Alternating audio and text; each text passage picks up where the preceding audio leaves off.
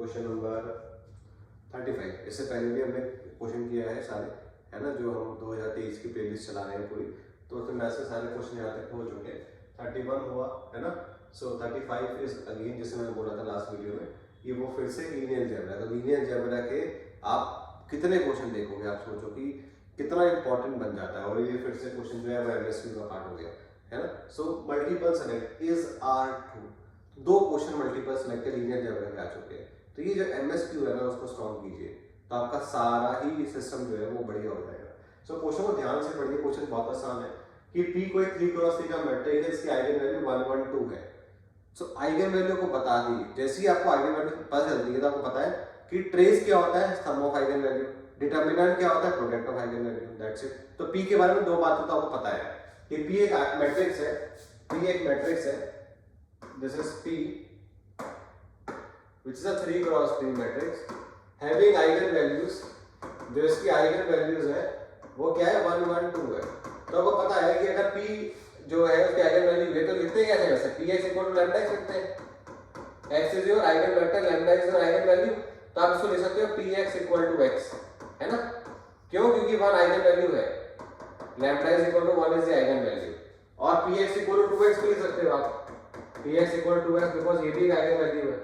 So Px equal to lambda x, तो Px यहां से भी आपको एक चीज समझ में आती है कि x की वैल्यू Px है, और यू कैन से यहां से x जो वेक्टर है which is P inverse x है, ये जुड़ पड़ सकता है वेक्टर की वैल्यू ना, आगे जुड़ पड़ सकती है हमें, क्योंकि 1 1 2 ट्रांसपोज क्या है, be the only linearly independent eigenvector correspond to the eigenvalue 1।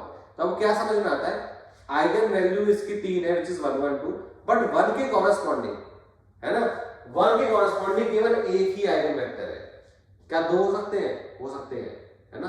2 eigen value corresponding जो सेम डिग्री है, इसके कॉरस्पॉन्डिंग डिफरेंट 2 आइगन वेक्टर आ सकते हैं, और दोनों लीनियर इंडिपेंडेंट हो, ऐसा भी पॉसिबल है ना। तो ऐसे क्वेश्चन हम क्लास में करते हैं, है ना। तो अगर different eigenvalue, distinct eigenvalue है, तो डिस्टिंक्ट आइगन वेक्टर आते हैं, no doubt. Lambda 1 lambda 2 lambda 3 अगर तीनों डिस्टिंक्ट है तो आपके पास x1 x2 x3 3 eigen vector आ गए। बट अगर यहाँ पे 1 1 2 है, तो क्या ऐसा पॉसिबल है कि 1 की कॉरस्पॉन्डिंग 2 आइगन वेक्टर आ जाए, दोनों लीनियर इंडिपेंडेंट हो? बिल्कुल है, मैट्रिक्स अवेलेबल हो सकती है, यहाँ पे पॉसिबल है। वो एग्जांपल मैं आपको दूंगा बाद में।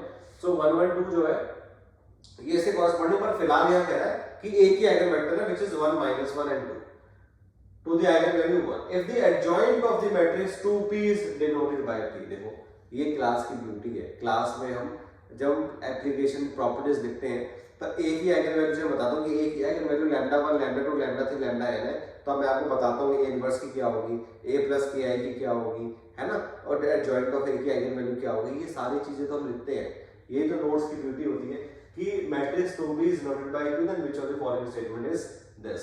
तो अब मैं आपको यहाँ पे अगर थोड़ा सा हिंट देने की कोशिश करूँ तो आपको बस ये पता होना चाहिए कि अगर if a has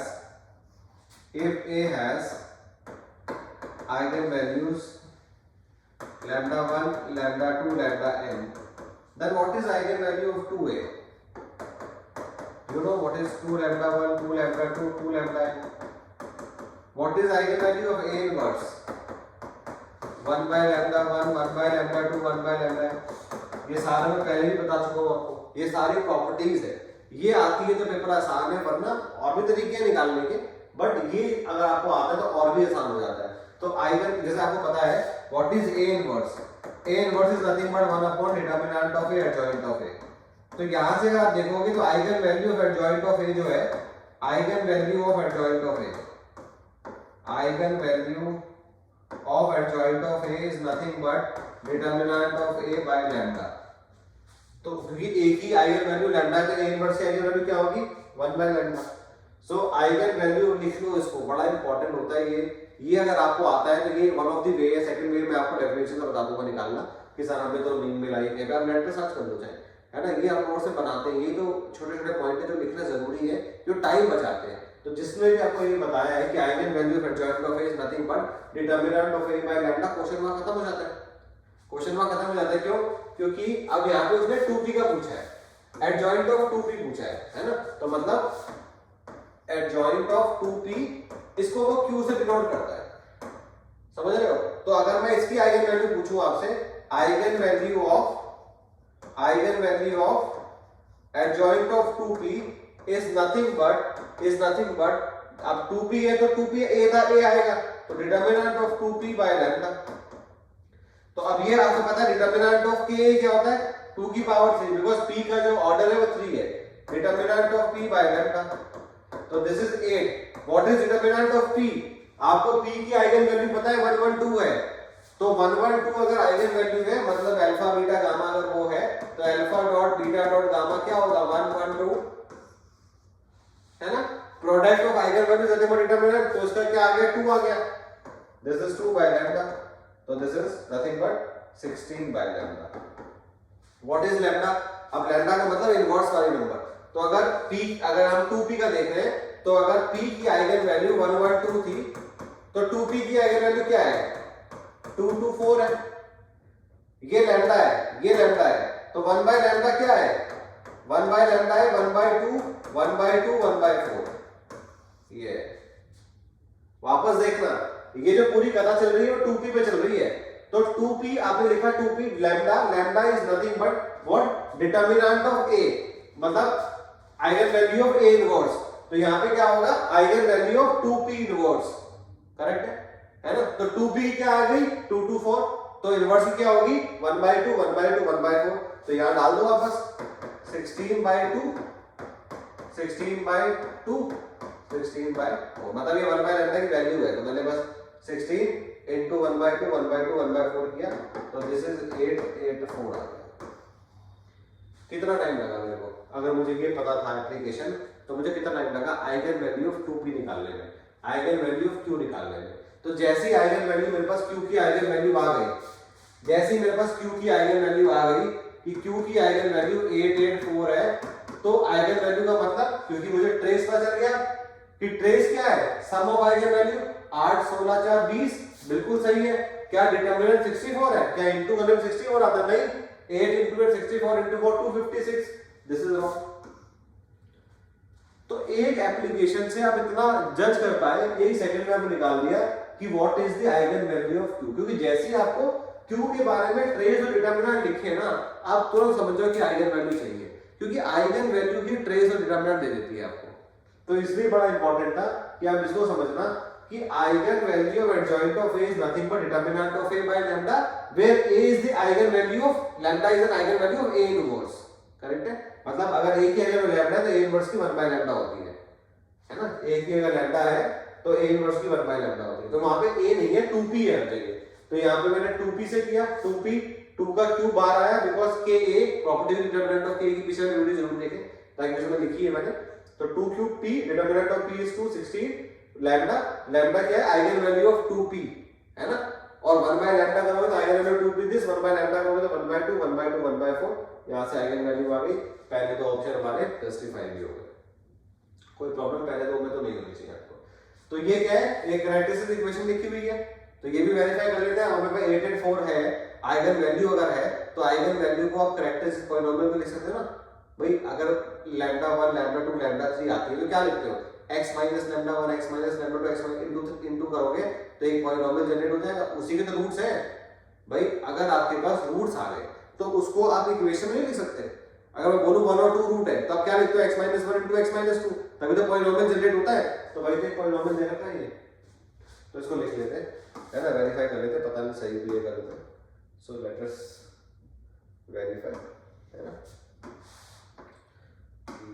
ये खराब नहीं होना चाहिए, वैसे लग नहीं रहा कि होगा, बट कुछ भरोसा नहीं एक्चुअली।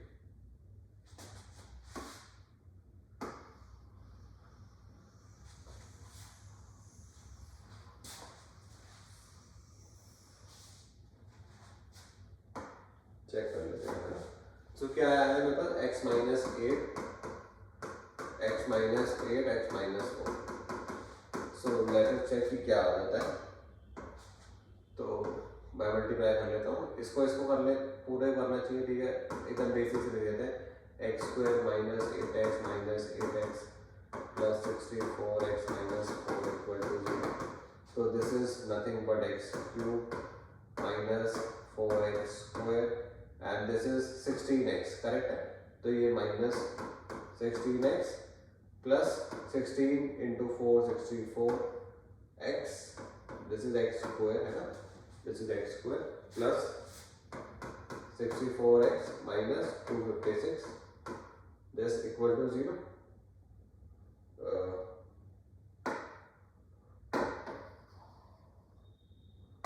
This equal to 0. तो ये क्या आ गया x cube minus 4x square minus 16 तो 20x स्क्वायर, 64x तो 64x is 128, x minus 256 equal to 0. So we can write x cube is equal to what? 20x square minus 128x plus 256. तो x की जगह बस q लिखना है आपको, बाकी सेम ही है।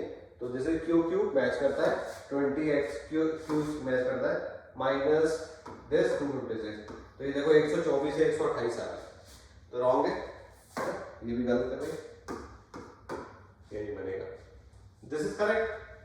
2 minus 2 4 ये आइगन वेक्टर होगा, वैसे आप निकाल सकते हो खुद से भी, है ना, क्योंकि आइगन वैल्यू आपको पता है, तो you can find eigen vector. और एक हिडन ट्रायल देखोगे अगर आप, यस मैंने आपको बताया था कि p की आइगन वैल्यू x है, मतलब p की आइगन वैल्यू 1 भी है, तो मतलब px is equal to 1 dot x है, ये आपको पता है। और अगर आप प्रॉपर्टी से जाओगे तो आपको ये भी पता है कि a dot adjoint of a is nothing but determinant of a dot i। a dot adjoint of a ये प्रॉपर्टी होती है दिस, है ना, a dot adjoint of a is equal to this. तो इसको अगर मैं 2p के साथ लिखूं तो 2p into adjoint of 2p is equal to determinant of 2p i। तो वी कैन राइट 2p और इसको मैं q लिख सकता हूं, क्योंकि एडजॉइंट ऑफ 2p को वो कह रहा है कि q लिख लेना, तो q लिख लेता हूं क्योंकि मुझे q का आइगन वेक्टर चाहिए इसलिए। तो ये 2 का cube determinant of p which is equal to 8 into 2 which is 16। So ये q क्या आ गया 16 2p का इनवर्स, है ना, तो ये क्या आ गया 16 by 2 p इनवर्स, तो दिस इज 8p इनवर्स। तो q की वैल्यू क्या आ गई 8p इनवर्स। तो what is qx is 8p inverse x, और what is px p inverse x, जैसे मैंने बताया था what is p inverse x, यहां से x की वैल्यू क्या आएगी p इनवर्स x, तो nothing but p inverse x is nothing but x, तो qx is nothing but 8x, qx is nothing but 8x, है ना। तो सेम वी कैन डू, है ना, तो आप 8 से मल्टीप्लाई कर दोगे इस वेक्टर की, तो ये आपके पास वेक्टर दे रखा है, तो this is nothing but 8 minus 8 16, ये आपके पास वेक्टर है। अब इसको आप आइगन वैल्यू से डिवाइड करके चेक कर लो कि काम चलता है नहीं चलता। 8 4 है आपके पास, तो अगर मैं 8 से डिवाइड करूंगा तो ये आएगा 1 minus 1 2, ये ऑप्शन में नहीं है, और 4 से करूंगा तो क्या आएगा ये 2 minus 2 and 4, ये आ गया तो ऐसा भी कर सकते थे। और you can do other way also, कि आप वैसे अलग तरीके से निकालना चाहते हो आइगन वेक्टर, वैसे भी निकालो जो नॉर्मल तरीके से करते हैं। तो आप आपके मल्टीपल रीजन आइगन वेक्टर निकालने के जाओ, क्योंकि आइगन वैल्यू पता है आपके पास, है ना, मैट्रिक्स नहीं पता है, आप कोई एक रैंडम एग्जांपल ले सकते हो, है ना, मैट्रिक्स का, तो उससे भी काम चल जाएगा आपका। बट अच्छा वे है कि आपने जनरलाइज कर लिया फटाफट से। ऐसे भी इसके और भी तरीके हैं बहुत सारे, जैसे मैंने इसका ये वाला फेल किया डिटरमिनेंट ऑफ 264 का, तो आप इसमें और भी तो प्रॉपर्टी होती है, a और एडजॉइंट ऑफ a के अलावा तो प्रॉपर्टी होती है कि what is determinant of adjoint of a, ये पता होना चाहिए डिटरमिनेंट ऑफ a की power n-1। You can do this way also, है ना, ये n-1 क्या है कि इतना ऑर्डर है, मतलब यहाँ पे 3 है तो यहाँ पे 2 हो जाएगा, 3 - 1 2। तो अगर आप देखोगे तो यहाँ पे एडजॉइंट ऑफ 2p है, इसका आपको निकालना है, a की जगह 2p करना है मुझे, तो it is nothing but 2p की पावर 2,